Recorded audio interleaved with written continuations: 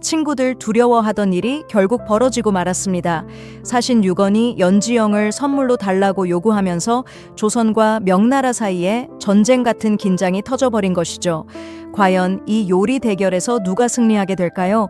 지금부터 폭군의 셰프 구화의 상세 프리뷰를 전해드립니다. 주의하세요. 이번 영상에는 스포일러가 가득합니다. 9화에서는 요리 대결의 두 번째 라운드가 무승부로 끝나는 장면이 그려집니다.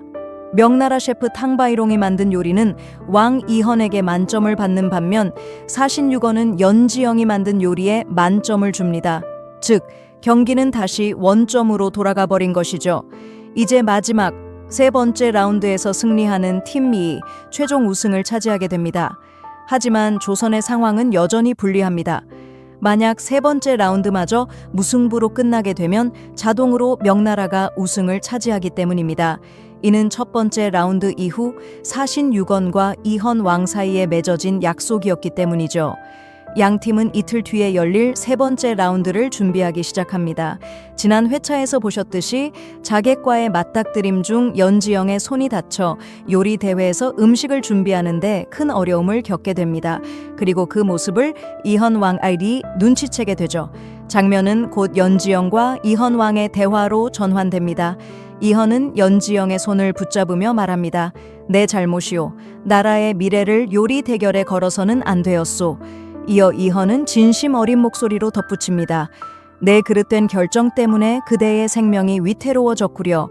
그러자 연지영은 은은한 미소를 지으며 답합니다. 전하께서 내리신 결정은 모두 나라를 위한 것이옵니다. 그리고 다시 부드럽게 이어 말합니다. 게다가 저를 지켜주실 분이 전하 계시지 않습니까?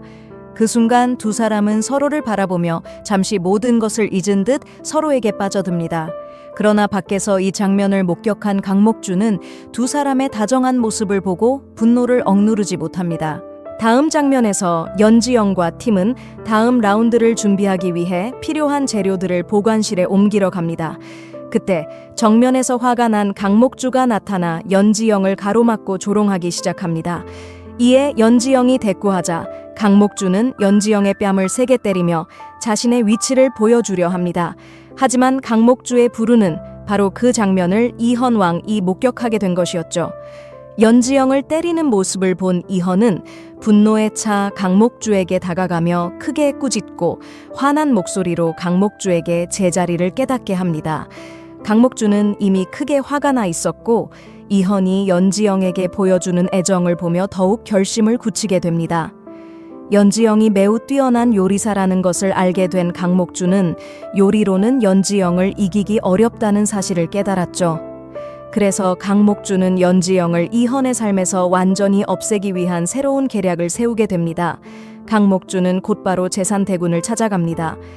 여러분도 아시다시피 제산은 조선이 이번 요리 대회에서 지기를 바라고 있습니다.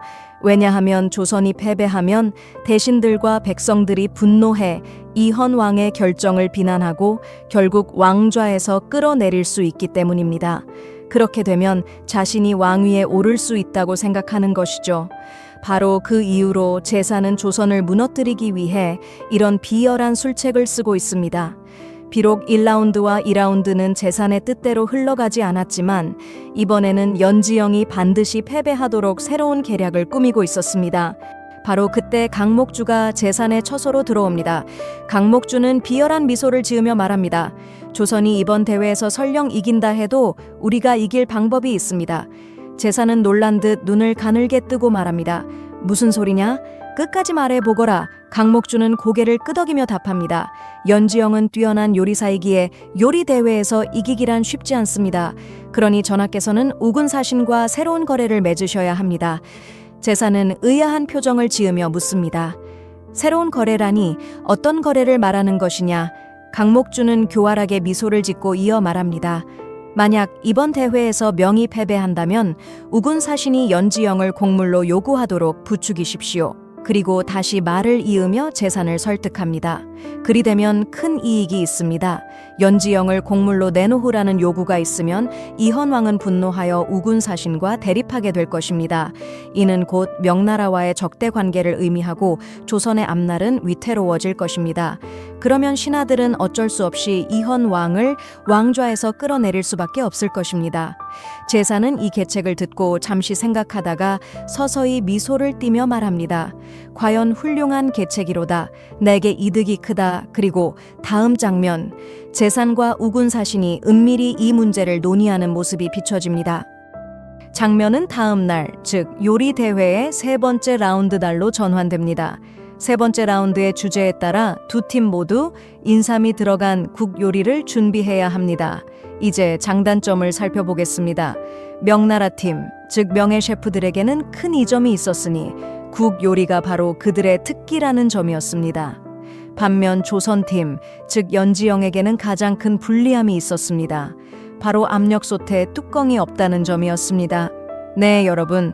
지난 회차에서 보신 것처럼 연지영은 이미 세 번째 라운드를 위해 철저히 준비를 해두었습니다. 그리고 장충성이 애써 만든 압력솥도 손에 넣었지요.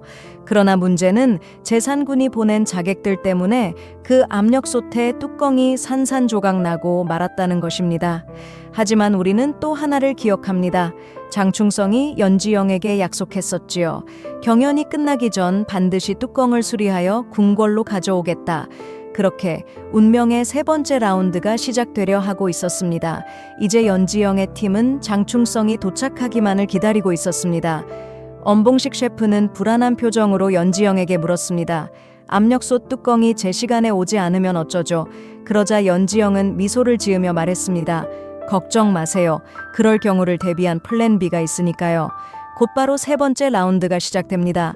명나라의 셰프들이 국 요리를 만들기 시작하자 국 요리에 일가견이 있는 그들의 솜씨에 모든 조정 신하들이 감탄하며 박수를 보냅니다. 한편 왕 이헌을 비롯한 모든 조정 신하들은 어찌하여 조선팀이 아무런 움직임을 보이지 않는지 의아해했습니다. 연지영의 팀은 슬픈 눈빛으로 문만 바라보고 있었죠. 그 순간 장충성이 압력솥의 뚜껑을 들고 문으로 들어옵니다. 압력솥 뚜껑을 본 연지영 팀은 기쁨에 휩싸였습니다. 곧바로 조선팀은 국 준비에 들어갔습니다. 먼저 연지영은 닭 속에 인삼을 채워 넣고 압력솥에 넣은 뒤 물을 가득 부었습니다. 그 다음 장충성의 마을에서 가져온 10가지 약초를 물에 넣고 뚜껑을 닫아 약불로 조리하기 시작했습니다. 명나라 팀과 다른 이들은 한 번도 본 적 없는 이상한 솥을 보고 충격에 휩싸였습니다.